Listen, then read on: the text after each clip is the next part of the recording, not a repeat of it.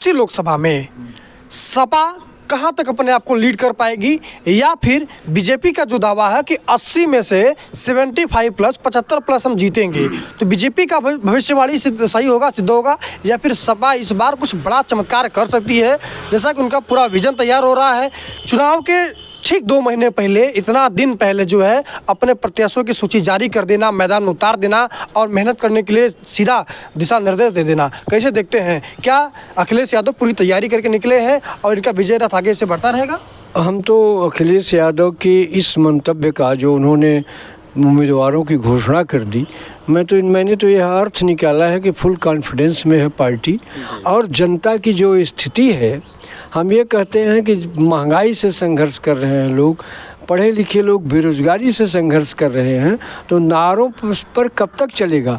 और धीरे धीरे जनता को ये ईवीएम का खेल भी काफ़ी कुछ समझ में आने लगा। देखिए, बीजेपी के सामने जब तक हम फ्रंट फुट पे आके बैटिंग नहीं करेंगे, तब तक हम उनको अच्छी तरह से चेज नहीं कर पाएंगे। और अखिलेश यादव जी ने बहुत अच्छा किया है कि किसी को अनुमान नहीं था कि वो इतने जल्दी प्रत्याशियों की घोषणा कर देंगे, और बहुत ही अच्छा किया। और अन्य लोगों के लिए दबाव है ये कि वो भी अपने प्रत्याशियों को जल्दी से जल्दी मैदान में उतारे हैं। हमारे साथ बातचीत करने के लिए सपा नेता डॉक्टर जी अरविंद हैं। पश्चिम में रालोद को 7 सीट दे दी अखिलेश यादव, और इसके बाद लगभग 1 दर्जन से ज़्यादा नाम सार्वजनिक कर दिए हैं। डिम्पल यादव, अक्षय कुमार, धर्मेंद्र यादव, इसके बाद आपके काजल निषाद को गोरखपुर से उतार दिया गया है। बड़े बड़े नाम आ रहे हैं।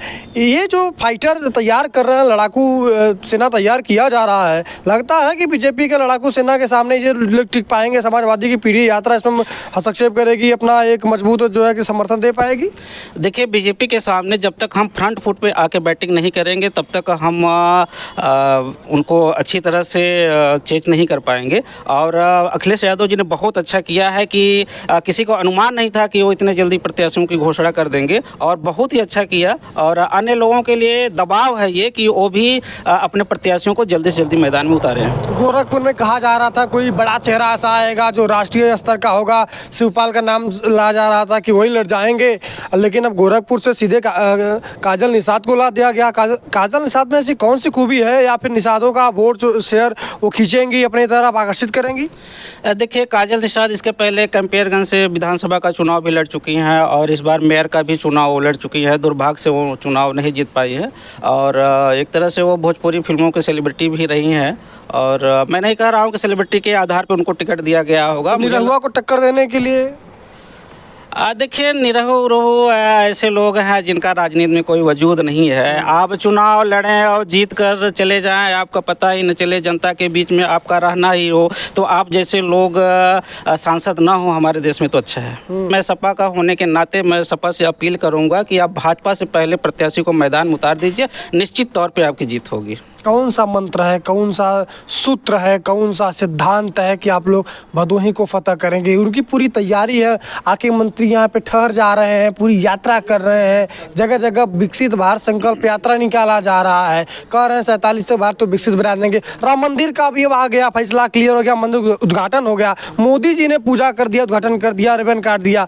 अब तो पूरा मोदी में, राम में, पूरा भगवा में हो गया। उसके आगे कैसे टिकिएगा आप लोग, समझ में नहीं आ रहा है। देखिए, इसके पहले आपने नगर निकाय का चुनाव देखा, और आपने गोपीगंज का ही देख लीजिए। ढेर सारे मंत्री आए, विधायक आए, यहाँ तक उप मुख्यमंत्री तक आए, लेकिन फिर भी भाजपा को जिता नहीं पाए। तो आप कैसे कह सकते हैं कि यहाँ इतनी बड़ी उनकी सेना है, बड़े बड़े मंत्री आएंगे और सपा को हरा देंगे? ऐसा बिल्कुल नहीं है। जनता जिसको चाहेगी उसको जिताएगी, और निश्चित रूप से अगर हम पहले प्रत्याशी उतारते हैं तो जनता के बीच एक अलग तरीके का मैसेज जाएगा, और निश्चित रूप से वो मैसेज जनता को प्रभावित करेगा। आखिर भाजपा के आंधी के आगे मेरा सवाल बार-बार इसलिए ऐसा होता है क्योंकि भाजपा की तैयारी बड़ी प्रबल होती है और बड़े निष्ठा के साथ वो लोग काम करते हैं। उनका उत्साह अगर देखिएगा तो कहते हैं कि देखिए इस बार तो 400 पार होना ही होना है, कोई रोक नहीं सकता है। और उत्तर प्रदेश से ही दिल्ली का रास्ता जाता है। 80 लोकसभा में जो ज्यादा सीट शेयर लेके आएगा और वही निर्धारण करेगा कि प्रधानमंत्री कौन बनेगा। तो 80 लोकसभा में समाजवादी पार्टी अपने आप को कहाँ पाती है, क्या कुछ तैयारी है, और साथ साथ ही साथ पूर्वांचल में जैसे कहा जाता है कि पूर्वांचल में काशी है, तो काशी में अगर मोदी जी जीत गए तो आसपास के तमाम जनपदों का प्रभाव जो है बीजेपी अपना बना लेती है। क्या कहिएगा, इस बार भी काशी से मोदी जी आ रहे हैं फिर से, और फिर से वही हाल होगा जो पिछले चुनाव में हुआ था कि आसपास के तमाम जनपदों का जो है पूरा बीजेपी में हो जाएगा, या फिर समाजवादी पार्टी कुछ नया खेला करेगी, सभी को जो है कि आश्चर्यचकित कर देगी?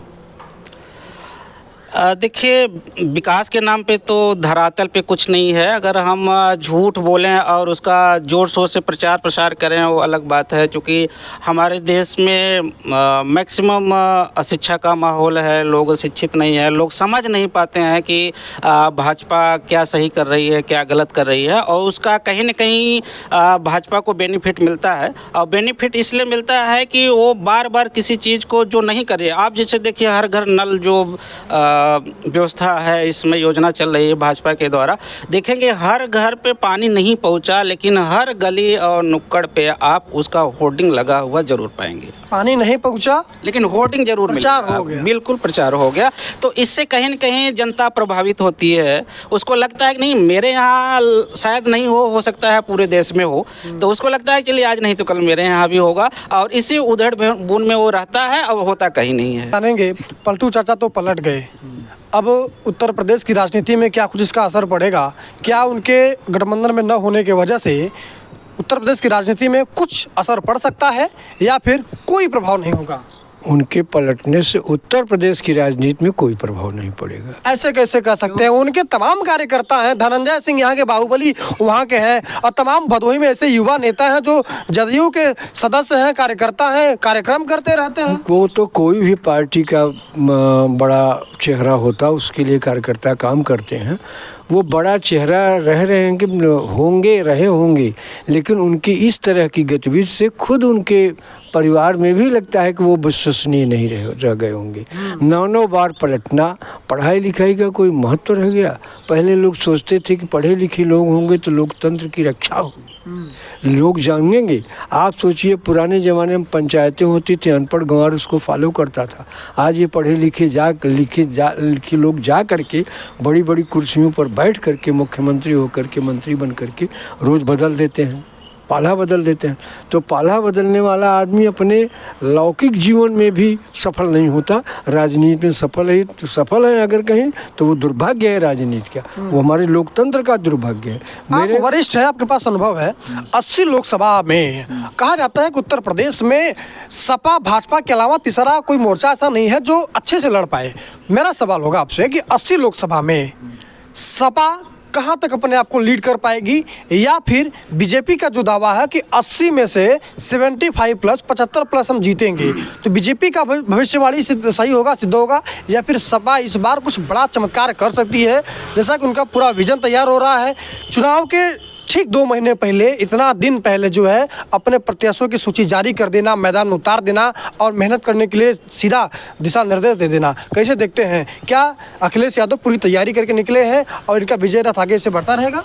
हम तो अखिलेश यादव के इस मंतव्य का, जो उन्होंने उम्मीदवारों की घोषणा कर दी, मैंने तो यह अर्थ निकाला है कि फुल कॉन्फिडेंस में है पार्टी, और जनता की जो स्थिति है, हम ये कहते हैं कि महंगाई से संघर्ष कर रहे हैं लोग, पढ़े लिखे लोग बेरोजगारी से संघर्ष कर रहे हैं, तो नारों पर कब तक चलेगा?